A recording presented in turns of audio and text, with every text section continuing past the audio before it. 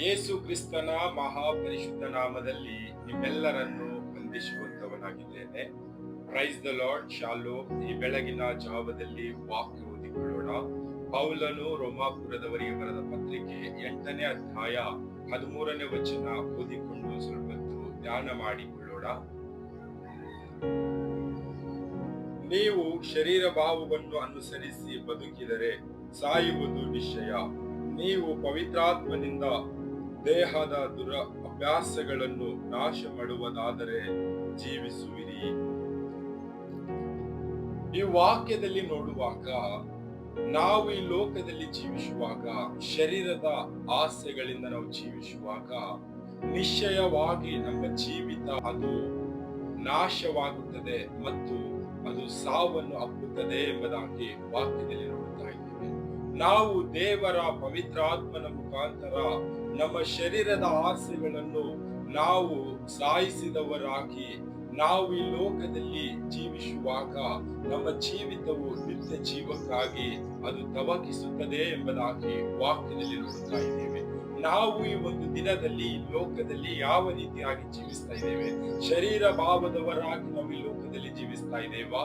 ದೇವರ ಯೇಸು ಕ್ರಿಸ್ತನ ಪವಿತ್ರಾತ್ಮವನ್ನು ಧರಿಸಿಕೊಂಡವರಾಗಿ ನಾವು ನಿತ್ಯ ಜೀವಕ್ಕಾಗಿ ಪ್ರಯಾಸ ಪಡುತ್ತಾ ಈ ಲೋಕದಲ್ಲಿ ಜೀವಿಸ್ತಾ ಇದ್ದೇವೆ.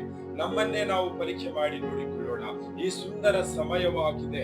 ನಾವು ದೇಹದ ಒಂದು ಆಸೆ, ನಮ್ಮ ದೇಹದ ಒಂದು ಬಯಕೆ ಏನಾಗಿದೆ ಈ ಒಂದು ದಿನದಲ್ಲಿ? ಈ ಲೋಕದಲ್ಲಿ ಜೀವಿಸುವಾಗ ನಮ್ಮ ಕಣ್ಣಿನ ಆಸೆ, ಬದುಕು ಬಾಳಿನ ಡಂಬ, ನಮ್ಮ ಕಣ್ಣು ಏನನ್ನು ನೋಡುತ್ತದೆ ಅದನ್ನು ನಾವು ಅಪೇಕ್ಷಿಸುವಂತವರಾಗಿದ್ದೇವೆ, ಅದನ್ನು ನಾವು ಬಯಸುವಂತವರಾಗಿದ್ದೇವೆ, ಅದಕ್ಕಾಗಿ ನಾವು ಆತುರ ಪಡುವಂತವರಾಗಿದ್ದೇವೆ. ಅದು ಏನಾಗುತ್ತದೆ ಎಂಬುದಾಗಿ ನೋಡುವಾಗ ಆ ಆಸೆಯಿಂದ ನಮ್ಮದು ಒಂದು ಕೊನೆಯಾಗುತ್ತದೆ. ಅದು ಪಾಪದಲ್ಲಿ ಕೊನೆಯಾಗುತ್ತದೆ. ಆ ಪಾಪ ನಮ್ಮನ್ನು ಮರಣಕ್ಕೆ ನಡೆಸುವಂತದಾಗಿದೆ.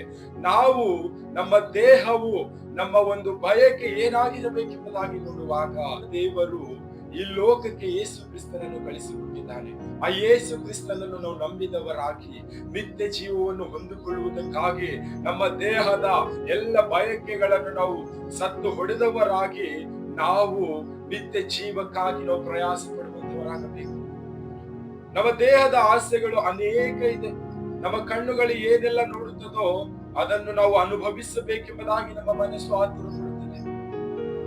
ನಾವು ಏನೋ ಒಂದು ಕೆಲಸ ಮಾಡಬೇಕೆಂಬುದಾಗಿ ಆಲೋಚಿಸುವಾಗ ನಮ್ಮ ಕೈ ಕಾರ್ಯಗಳು ಅನೇಕ ಕೆಟ್ಟ ಕಾರ್ಯಗಳು ಮಾಡುವಂತದಾಗಿದೆ. ನಮ್ಮ ಕಾಲು ತಪ್ಪಾದ ಮಾರ್ಗದಲ್ಲಿ ನಡೆಯುವಂತದಾಗಿದೆ.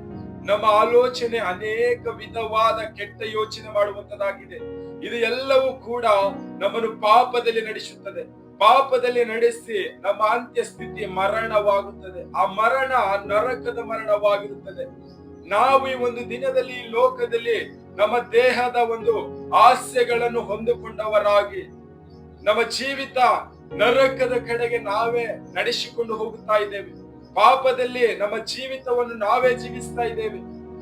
ಈ ಒಂದು ದಿನದಲ್ಲಿ ಒಳ್ಳೆ ಮಾರ್ಗದಲ್ಲಿ ನಾವು ಜೀವಿಸುತ್ತಾ ದೇವರ ಆತ್ಮನಿಂದ ಪವಿತ್ರಾತ್ಮರಾಗಿ ನಾವು ಜೀವಿಸುವಾಗ ನಿತ್ಯವಾದ ಜೀವವನ್ನು ನಾವು ಹೊಂದಿಕೊಳ್ಳುವಂತವರಾಗಿದ್ದೇವೆ. ಈ ಒಂದು ದಿನದಲ್ಲಿ ನಾವು ಈ ಲೋಕದಲ್ಲಿ ಯಾವುದಕ್ಕಾಗಿ ಪ್ರಯಾಸ ಪಡ್ತಾ ಇದ್ದೇವೆ? ನಿತ್ಯ ಜೀವಕ್ಕಾಗಿ ಪ್ರಯಾಸ ಪಡ್ತಾ ಇದ್ದೇವಾ? ನಮ್ಮ ದೇಹದ ಬಯಕೆಗಳು, ದೇಹದ ಆಸೆಗಳು ಈ ಲೋಕದಲ್ಲಿ ಜೀವಿಸಿ ನಾವು ನಶಿಸಿ ಹೋಗುವುದಕ್ಕಾಗಿ ಪ್ರಯಾಸ ಪಡ್ತಾ ಇದ್ದೇವಾ? ನಾವು ಯಾವ ವಿಷಯವಾಗಿ ಪ್ರಯಾಸ ಪಡ್ತಾ ಇದ್ದೇವೆ? ತಂದೆಯಾದ ದೇವರು ತನ್ನ ಉಚಿತಾರ್ಥವಾದ ಕೃಪೆಯಿಂದ ನಮಗೆ ನಿತ್ಯ ಜೀವವನ್ನು ಯೇಸು ಕ್ರಿಸ್ತನಲ್ಲಿ ಕೊಟ್ಟಿದ್ದಾನೆ. ಆ ನಿತ್ಯ ಜೀವವನ್ನು ನಾವು ಹೊಂದಿಕೊಂಡವರಾಗಿ ಈ ಲೋಕದಲ್ಲಿ ಜೀವಿಸ್ತಾ ಇದ್ದೇವಾ? ನಾವು ಯಾವ ರೀತಿಯಾಗಿ ಜೀವಿಸ್ತಾ ಇದ್ದೇವೆ? ಈ ಒಂದು ದಿನದಲ್ಲಿ ನಮ್ಮನ್ನೇ ನಾವು ಪರೀಕ್ಷೆ ಮಾಡಿ ನೋಡಿಕೊಳ್ಳೋಣ. ನಮ್ಮ ದೇಹದ ಆಸೆ ಏನಾಗಿದೆ? ಈ ಲೋಕದ ಪಾಪದ ಜೀವಿತ ನಮ್ಮ ದೇಹದ ಆಸೆ ಆಗಿದೆನಾ? ಈ ಲೋಕದಲ್ಲಿ ನಾವು ಜೀವಿಸುವ ಕಾಲವೆಲ್ಲ ನಿತ್ಯ ಜೀವಕ್ಕಾಗಿ ನಾವು ಪ್ರಯಾಸ ಪಡುವುದಕ್ಕಾಗಿ ನಮ್ಮ ದೇಹದ ಆಸೆ ಆಗಿದೆನಾ? ಏನಾಗಿದೆ ನಮ್ಮ ದೇಹದ ಆಸೆ? ನಮ್ಮ ದೇಹದಿಂದ ನಾವು ಒಳ್ಳೆ ಕಾರ್ಯಗಳನ್ನು ಮಾಡ್ತಾ ಇದ್ದೇವಾ? ನಮ್ಮ ನೋಟ ಎಂತದಾಗಿದೆ? ನಮ್ಮ ಮಾತು ಯಾವದಾಗಿದೆ? ನಮ್ಮ ಆಲೋಚನೆ ಏನಾಗಿದೆ? ನಮ್ಮ ಕೈ ಕೆಲಸ ಏನಾಗಿದೆ? ನಮ್ಮ ಕಾಲ್ನಡಿಗೆ ಯೇಸು ಕ್ರಿಸ್ತನ ಸುವಾರ್ತೆ ಕಡೆಗೆ ನಡೀತಾ ಇದೆನಾ? ನಾವು ಏನೇ ಮಾತನಾಡಿದರೂ ನಾವು ಏನೇ ಆಲೋಚನೆ ಮಾಡಿದರೂ ಅದು ನಿತ್ಯ ಜೀವಕ್ಕಾಗಿ ಆಲೋಚಿಸುವಂತವರಾಗಬೇಕು.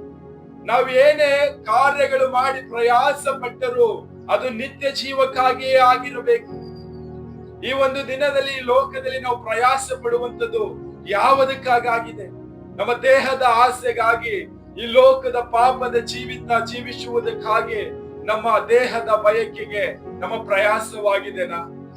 ನಾವು ಈ ಲೋಕದಲ್ಲಿ ಪ್ರಯಾಸ ಪಡುವುದು ಅದು ಯೇಸು ಕ್ರಿಸ್ತನ ನಿತ್ಯ ಜೀವವನ್ನು ಹೊಂದಿಕೊಳ್ಳುವುದಕ್ಕಾಗಿ ನಾವು ಪ್ರಯಾಸ ಪಡುತ್ತಾ ಇದ್ದೇವಾ? ಈ ಒಂದು ದಿನದಲ್ಲಿ ನಮ್ಮನ್ನೇ ನಾವು ಪರೀಕ್ಷೆ ಮಾಡಿ ನೋಡಿಕೊಳ್ಳೋಣ. ಕರ್ತನು ಈ ವಾಕ್ಯ ನಮ್ಮೆಲ್ಲರ ಆತ್ಮೀಯವಾಗಿ ಆಶೀರ್ವದಿಸಲಿ. ಆಮೆನ್.